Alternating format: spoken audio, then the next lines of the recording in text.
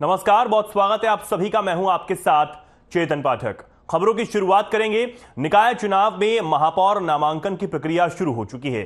शुक्रवार को समाजवादी पार्टी से महापौर की प्रत्याशी वंदना वाजपेयी अपना नामांकन कराने कानपुर नगर निगम पहुंची। इस दौरान उनके पति सपा विधायक अमिताभ वाजपेयी, उनके अधिवक्ता और प्रस्तावक साथ में मौजूद रहे। नामांकन के बाद हर खबर से बात करते हुए उन्होंने कहा कि चुनाव जीतने के बाद शहर की साफ सफाई और पेयजल की समस्या को दूर करने का पूरा प्रयास किया जाएगा। उनका कहना था कि जनता को जिन मूलभूत सुविधाओं का लाभ नहीं मिल पा रहा, उसको ध्यान में रखते हुए काम किया जाएगा। उन्होंने शहर की जनता से अपील करते हुए कहा कि मैं ईमानदारी से अपना काम करूंगी, बस जनता का सहयोग और उनका आशीर्वाद चाहिए। हमारे संवाददाता इब्ने हसन जैदी ने समाजवादी पार्टी की महापौर प्रत्याशी वंदना वाजपेयी और विधायक अमिताभ से शहर के मुद्दों पर बातचीत की है। कानपुर नगर निगम के चुनाव जो हैं वो अपने शबाब पर हैं। अगर हम बात करते हैं नगर निगम चुनाव की, तो समाजवादी पार्टी ने जो है वो अमिताभ वाजपेयी जो आर नगर के विधायक हैं, उनकी पत्नी पर भरोसा जो है उन्हीं ने जताया है। और हमारे साथ अगर हम बात करें तो यहाँ पर आर नगर के विधायक अमिताभ वाजपेयी और उनकी पत्नी जो यहाँ से समाजवादी पार्टी की मेयर प्रत्याशी है वंदना वाजपेयी जी, दोनों ही हमारे साथ हैं।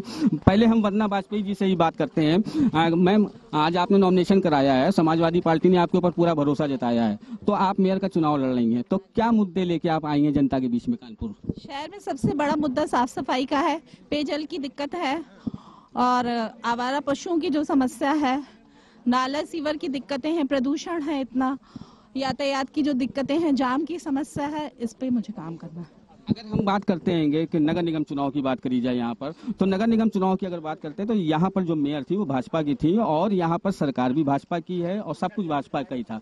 तो अगर हम उनकी बात करिए तो जिस तरीके से विकास होने चाहिए, क्या लगता है आपको कि वो यहाँ जनता की उम्मीदों पर खरे उतरे हैं? मुझे तो भ्रष्टाचार मुक्त अपना शहर बनाना है, ईमानदारी से अपने काम करने हैं। अगर आपसे कहा जाए कि एक शब्द में आप कानपुर की जनता को क्या संदेश देना चाहेंगे? मैं यही संदेश देती हूँ कि एक ईमानदार प्रत्याशी के रूप में मुझे अपना आशीर्वाद प्रदान करें। और हमारे साथ देखिए यहाँ पे विधायक भी मौजूद हैं और जो बहुत ही चर्चित रहे हैं अपनी बातों को लेके, अपने जिस तरीके से स्टेटमेंट देते हैं, उनसे भी हम कुछ जानना चाहेंगे। सर, आज आपकी पत्नी जो है वो यहाँ पर मेयर का चुनाव लड़ रही है, तो आप किस तरीके से? भारतीय जनता पार्टी हमेशा डबल इंजन सरकार की बात करती है, इसलिए हम कह रहे हैं कानपुर के अंदर डबल इंजन सरकार लेके आइए। हमारी सेवाओं के साथ मेयर की सेवाएं भी हमारे घर से ही पाई है।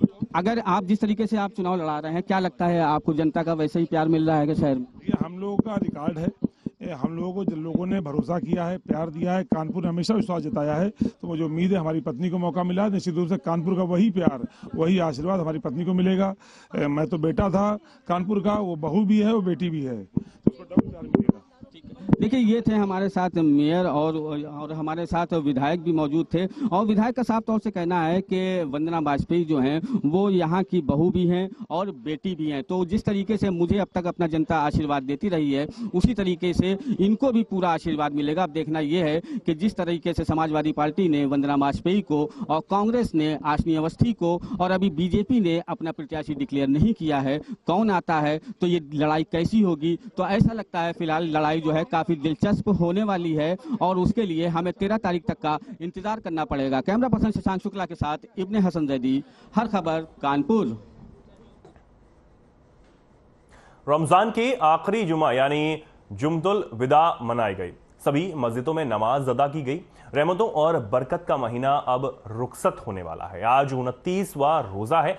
अगर आज चांद नजर आ जाता है तो कल ईद मनाई जाएगी। अलविदा जुमे की अपनी अलग ही अहमियत है।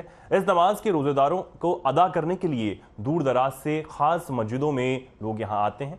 लखनऊ में ही टीले वाली मस्जिद समेत सभी मस्जिदों में सुन्नी मुसलमानों ने बड़ी संख्या में नमाज अदा की। वहीं शिया समुदाय के लोगों ने बड़े इमाम बाड़े में शिया जामा मस्जिद में नमाज अदा की।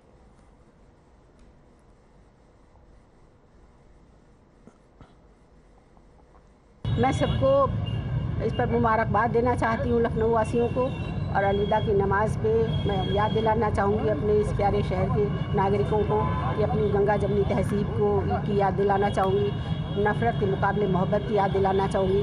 मैं याद दिलाना चाहूँगी कि किस तरह से हम लोग हिंदू लोग सब मुस्लिम भाइयों के सारे त्योहारों में शरीक रहते हैं। सारे मुस्लिम भाई हमारे सारे त्योहारों में, हमारा कोई त्यौहार उनकी मदद के बिना नहीं मनता है। तो ये जो हमारी परंपरा है मेल जोल की, गंगा जमनी तहजीब की, इस परंपरा को कायम रखने की मैं सबसे अपील करती हूँ। और हम अपने शहर को जुमतुल विदा की ये नमाज, तारीख़ी नमाज हर साल की तरह इस साल भी हुई है। लास्ट फ्राइडे ऑफ रमज़ान, अंतिम शुक्रवार की ये नमाज है और शदीद गर्मी और धूप की बावजूद काफ़ी कसीर तादाद में मजमा आया है और यहाँ हर साल जुमतुल विदा की तारीख़ी नमाज होती है, जहाँ से बहुत दूर दूर से लोग, लखनऊ और क़ुर्ब जवार से लोग आते हैं और ज़बरदस्त तरीके से लोगों का जो वालिहाना अंदाज़ है वो नज़र आ रहा। बिजनौर में ईद की नमाज को लेकर प्रशासन पूरी तरह अलर्ट है। आपको बता दें कि डीएम एसपी ने ईदगाह पर जाकर सुरक्षा व्यवस्था को लेकर जायजा लिया। साथ ही शांतिपूर्ण ढंग से ईद की नमाज अदा करने को लेकर पूरी तरह पुलिस प्रशासन अलर्ट रहा। चप्पे चप्पे पर पुलिस की पैनी नजर यहां पर रही।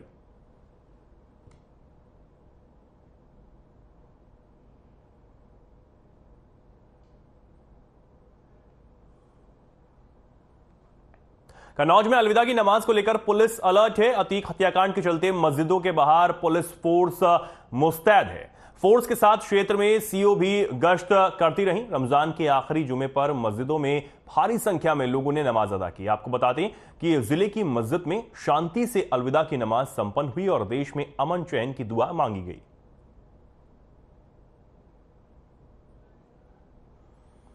तो कन्नौज से खबर आपको बता रहे हैं, जहां अलविदा की नमाज पर प्रशासन पूरी तरह अलर्ट नजर आया। सीओ ने क्षेत्र में गश्त लगाई और भारी संख्या में लोगों ने नमाज अलविदा जुमे पर अदा की। आपको बता दें, ईद के त्यौहार को लेकर प्रशासन पूरी तरह अलर्ट है और आज ईद से पहले अलविदा जुमे में भारी संख्या में लोगों ने नमाज अदा की। कानपुर में अलविदा जुमे की नमाज अदा की गई। अकीदतमंदों ने नमाज अदा कर देश की खुशहाली और अमन चैन की दुआ मांगी। इस दौरान आरपीएफ, पीएसी, क्यूआरटी समेत भारी पुलिस बल तैनात रहा और ड्रोन कैमरे, सीसीटीवी कैमरों से निगरानी की जाती रही। घनी आबादी वाले क्षेत्रों में लगातार फ्लैग मार्च किया गया। साथ ही सोशल मीडिया पर भी नजर रखी जा रही थी।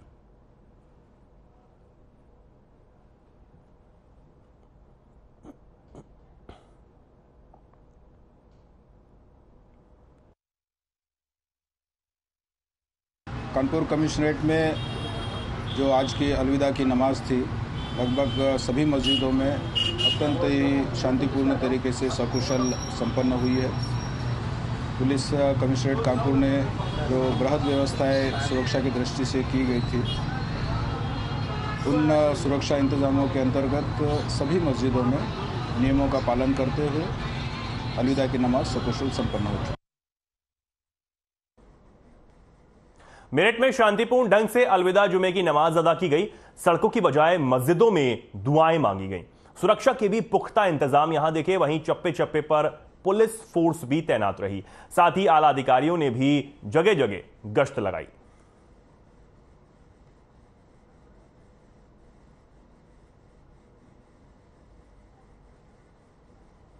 आज पूरे जिले में संपादित की जा रही है। शहर क्षेत्र में 411 मस्जिदों में ये नमाज हो रही है। 12:30 से लेकर 2:45 बजे तक टाइम है। अलग अलग समय पर अलग अलग मस्जिदों में ये नमाज हो रही है। दोनों ही नमाज, चाहे अलविदा जुमा की हो और ईद की, इसके संबंध में जो भी दिशा निर्देश प्राप्त हुए उनका अक्षरशः पालन कराया जा रहा है।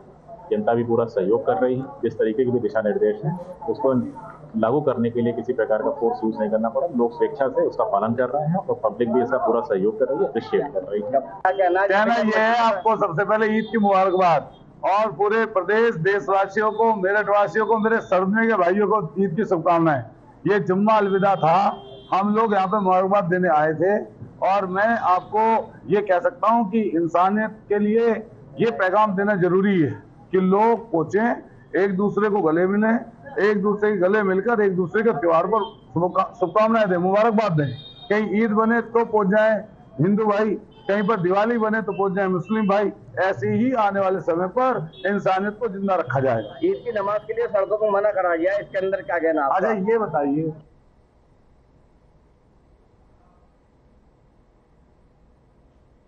सहारनपुर महानगर में जुमे की नमाज को लेकर प्रशासन अलर्ट रहा। जुमे की नमाज शांतिपूर्ण संपन्न हो गई। महानगर में जामा मस्जिद और संवेदनशील इलाकों में ड्रोन कैमरे से नजर रखी गई। इसके साथ ही चप्पे चप्पे पर पीएसी, पुलिस और आरपीएफ जवान तैनात रहे और हर गतिविधि पर नजर रखी गई। पुलिस प्रशासन पूरी तरह सतर्क रहा। महानगर में चौक फव्वारा स्थित जामा मस्जिद के आसपास आरएएफ, पीएसी और पुलिस को तैनात कर दिया गया था। साथ ही दोपहर के समय जुमे की नमाज शांतिपूर्ण संपन्न हुई।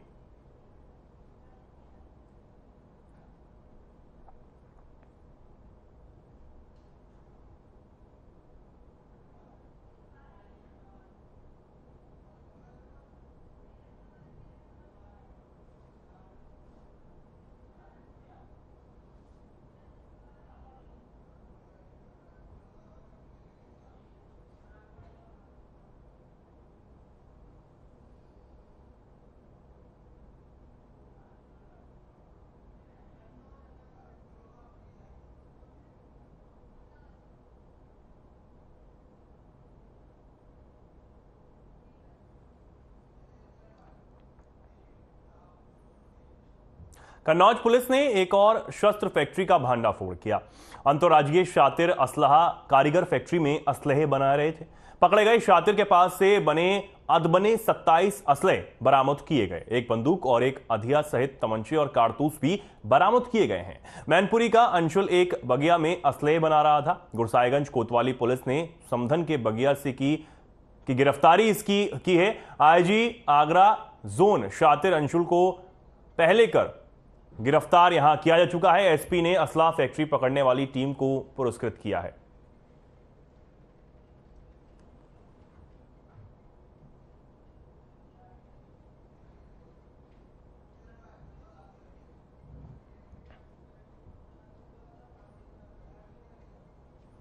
तो कन्नौज से खबर आप देख रहे हैं, जहां एक आरोपी को पहले ही पकड़ लिया गया था और अब एक और शस्त्र फैक्ट्री का पुलिस ने कार्रवाई करते हुए भांडाफोड़ किया है और साथ ही 27 अधबने असले यहां पुलिस ने बरामद किए हैं। तो ये बड़ी कार्रवाई लगातार कन्नौज पुलिस की जारी है। अवैध शस्त्र फैक्ट्रियों का भांडाफोड़ लगातार पुलिस करती हुई नजर आ रही है और ताबड़तोड़ एक्शन में पुलिस इस वक्त नजर आ रही है। कन्नौज के मेहंदी घाट पर स्नान करते पहुंचे 6 लोग गंगा में डूब गए। सूचना के बाद मौके पर पहुंचे बचाव दस्ते ने 4 लोगों को बचा लिया, लेकिन 2 लोग अभी भी लापता बताए जा रहे हैं, जिनकी तलाश गोताखोर कर रहे हैं। मौके पर additional SP, CO city, ADM, तहसीलदार समेत अधिकारी मौजूद हैं। बता दें कि पानी में डूबने वालों की पहचान तीरवा कोतवाली क्षेत्र के सखौली गांव के रहने वालों के रूप में की गई है, जो कन्नौज के मां देवी घाट पर गंगा स्नान करने के लिए पहुंचे थे।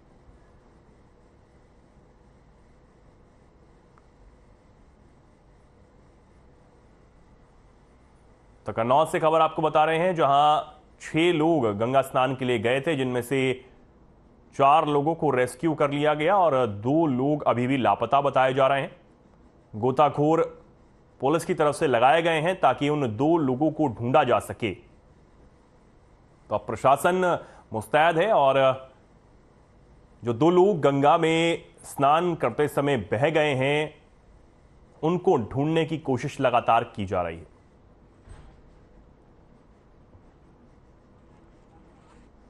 यहाँ पे सर 6 बच्चियाँ डूब गई थी, जिसमें 2 बच्चियों को नाव के साथियों के द्वारा निकाला गया बाहर और 2 मेरे ही गांव के बच्चों के द्वारा निकाला गया और 2 बच्चियाँ सर अभी तक लापता हैं। खोजबीन चल रही है सर। कहाँ से आए थे लोग? ये सर ग्राम सखौली से। क्या करने आए थे यहाँ पे? यहाँ पे सर भागवत कथा विसर्जन करने आए थे। आप कौन है उनके बच्चों के? ये सर मैं वहाँ गाँव का प्रधान प्रतिनिधि हूँ। कानपुर के बिठूर थाना क्षेत्र के मकसूदाबाद गांव में झोपड़ियों में आग लगने से हड़कंप मच गया। एक साथ कई झोपड़ियों में आग लग गई और पूरा गांव सख्ते में आ गया। आग की चपेट में आने से एक बाइक जल गई और 2 मवेशियों की जलने से मौत भी हुई है। सूचना देने के बाद भी मौके पर फायर ब्रिगेड की एक भी गाड़ी नहीं पहुंची, तो वहीं मौके पर पहुंचकर पुलिस और ग्रामीणों ने आग बुझाने की कोशिश की। भीषण गर्मी और धूप की वजह से आग पर काबू नहीं पाया जा सका। पीड़ित ग्रामीणों ने रो रो कर पुलिस को अपनी झोपड़ी जलने का दर्द सुनाया। कानपुर मकसूदाबाद स्थित झोपड़ियों में यह आग लगी।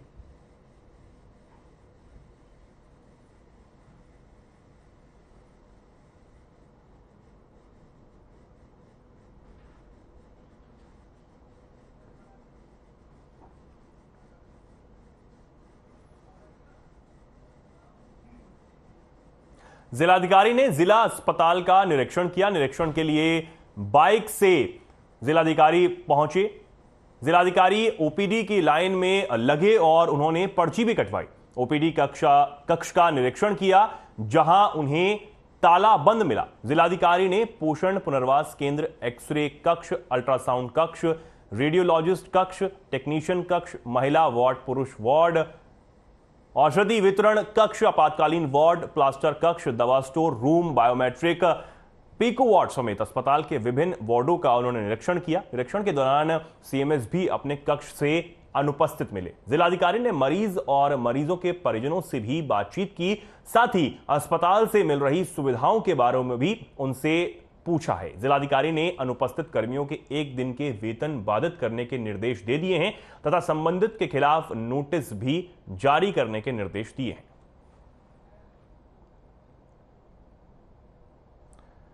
तो डीएम ने अस्पताल का औचक निरीक्षण किया और कई अव्यवस्थाएं डीएम ने देखी। साथ ही इस दौरान कई कर्मचारी भी अनुपस्थित मिले, जिनके 1 दिन के वेतन को रोकने और साथ ही उन पर कार्रवाई करने की बात जिलाधिकारी ने की है। इसके लिए बकायदा निर्देशित भी उनकी तरफ से किया गया है।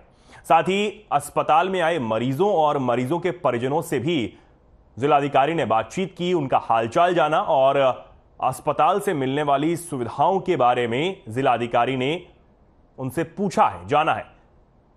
तो तस्वीरों में आप देख सकते हैं किस तरीके से अचानक जिलाधिकारी इस निरीक्षण के लिए पहुंचे और उन्हें कई अव्यवस्थाएं दिखी।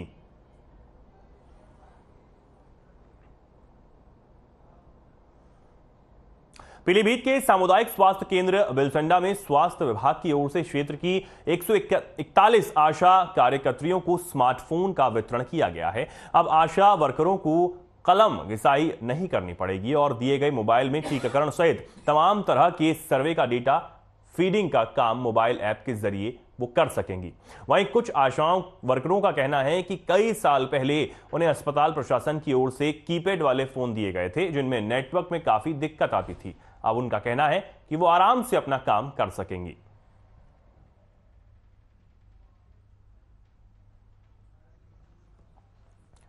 तो खबर आपको बता रहे हैं पीलीभीत से, जहां आशा वर्करों को बड़ी राहत मिली है, बड़ी सहायता यहां दी गई है।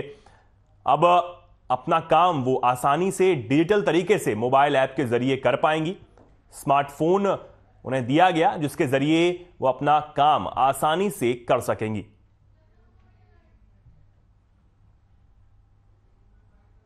डाटा फीडिंग का काम आसानी से मोबाइल ऐप के जरिए आशा वर्कर सब कर पाएंगी।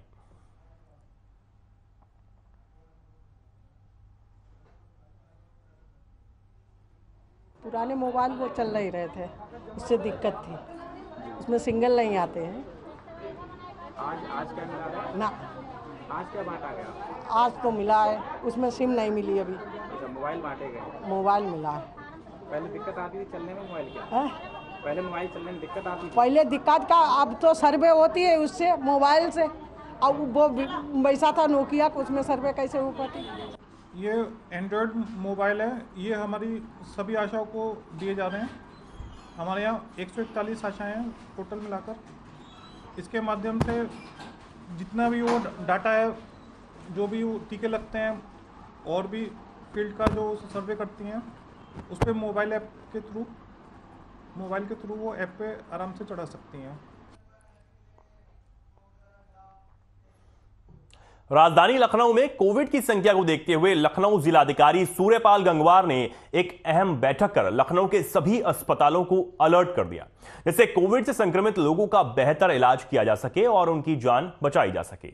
100 से ऊपर लगातार आंकड़े यहां लगातार देखने को मिल रहे हैं, जिस पर लखनऊ के मुख्य चिकित्सा अधिकारी डॉक्टर मनोज अग्रवाल ने खुद ही सभी अस्पतालों का निरीक्षण वो कर रहे हैं।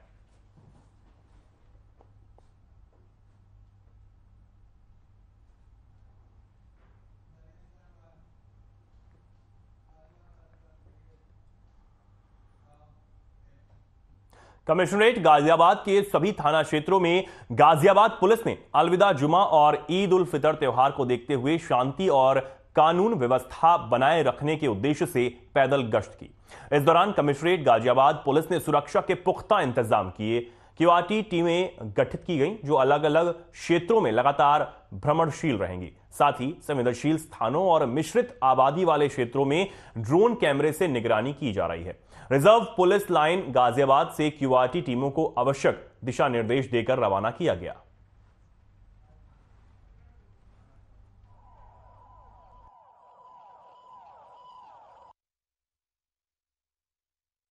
देखिए, सिटी जोन में हम लोगों ने ईद और अलविदा के नमाज के दृष्टिगत चौकी लेवल पे पीस कमेटी मीटिंग्स कर ली हैं। जितनी भी इंतजामिया कमेटी के मेंबरान हैं उनसे बात करके हम लोगों ने जितने भी मंदिर, मस्जिद, मदरसे, ईदगाह हैं सब पे उनकी तरफ से भी वॉलंटियर्स लगवाए हैं। साथ ही साथ पुलिस का भी डिप्लॉयमेंट दिया है। जो भी हमारे चीता मोबाइल रहती है, 2 व्हीलर PRVs 112 की जो गाड़ियाँ रहती हैं, सबका हमने रूट चार्ट को रीडिप्लॉय करा है और उसको चेंज करा है। जो भी संवेदनशील इलाके हैं सब जगह ड्यूटियाँ दी गई हैं। सुबह से ही हम लोग की पोस्टर पार्टी निकल गई थी जो कि देख रही थी कि कोई अवांछनीय तत्व हैं कहीं। जिला गाजियाबाद में बसपा से टिकट न मिलने पर पार्षद के दावेदार ने गुरुवार को अपने ऊपर मिट्टी का तेल छिड़क लिया। उसने खूब हंगामा भी किया। पार्टी के वरिष्ठ नेताओं ने जैसे तैसे मामला शांत करवाया। आपको बता दें कि बसपा ने गाजियाबाद में अभी तक किसी भी टिकट की घोषणा नहीं की। लोनी नगर पालिका क्षेत्र से आदर्श नामक व्यक्ति पार्षद का टिकट लगातार मांग रहा था। उनका कहना था कि वो 2.5 लाख रुपए पहले ही दे चुका है, अब 3.5 लाख रुपए और देने के लिए तैयार भी है। इसके बावजूद बसपा के नेता किसी दूसरे व्यक्ति को टिकट देना चाहते हैं। आदर्श ने प्रदीप जाटव, राजकुमार गौतम, वीरेंद्र जाटव सहित कई नेताओं पर रुपए लेने के आरोप भी लगाए हैं। दरअसल दिल्ली मेरठ एक्सप्रेसवे के किनारे तनुश्री सोसाइटी में बसपा के पश्चिमी उत्तर प्रदेश प्रभारी शमशुद्दीन रायन टिकट वितरण को लेकर महत्वपूर्ण बैठक ले रहे थे।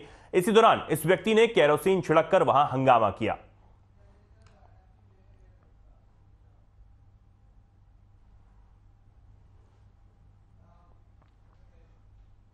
नगर निकाय चुनाव का बिगुल बज चुका है। जहां आचार संहिता लगी हुई है, वहीं पुलिस अधिकारी असामाजिक तत्वों पर नजर बनाए हुए हैं। मेरठ पुलिस को इनपुट मिला कि चुनाव में इस्तेमाल करने के लिए मेरठ के मेडिकल थाना क्षेत्र में अवैध असलाह बनाया जा रहा है। बाकायदा फैक्ट्री स्थापित की गई और उसमें अवैध हथियार बनाए जा रहे हैं। मेरठ पुलिस ने मेडिकल इलाके में छापेमारी की तो पुलिस ने मौके से 3 आरोपियों को धर दबोचा है, जिनके पास से बड़ी तादाद में बने हुए हथियार और गोली वो कुछ औजार बरामद किए गए। साथ ही मेरठ की पुलिस लाइन सभागार में SP क्राइम ने खुलासा करते हुए पूरे मामले का भांडाफोड़ किया।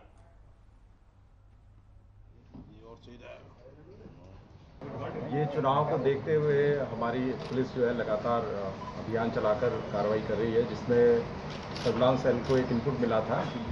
कुछ अपराधी हैं जो कि एक जगह इकट्ठे होकर और इलीगल आर्म्स तैयार कर रहे हैं। इस इनपुट पर काम किया गया सर्विलांस सेल द्वारा। फिर इन्होंने जो इनपुट मिला था उसके आधार पर मेडिकल पुलिस को शेयर किया और जॉइंट ऑपरेशन में आज हमने 3 लोगों को मौके से गिरफ्तार किया है, जो कि थाना मेडिकल क्षेत्र में एक फैक्ट्री टाइप चलाकर अवैध शस्त्र तैयार कर रहे थे, जिसमें इनके पास से 5 पिस्टल, 4 तमंचे, 2 अर्धनिर्मित पिस्टल और 2 पोनियाँ इनके पास से बरामद हुई हैं 12 बोर की। आप बताएं, मुबारक को बढ़िया।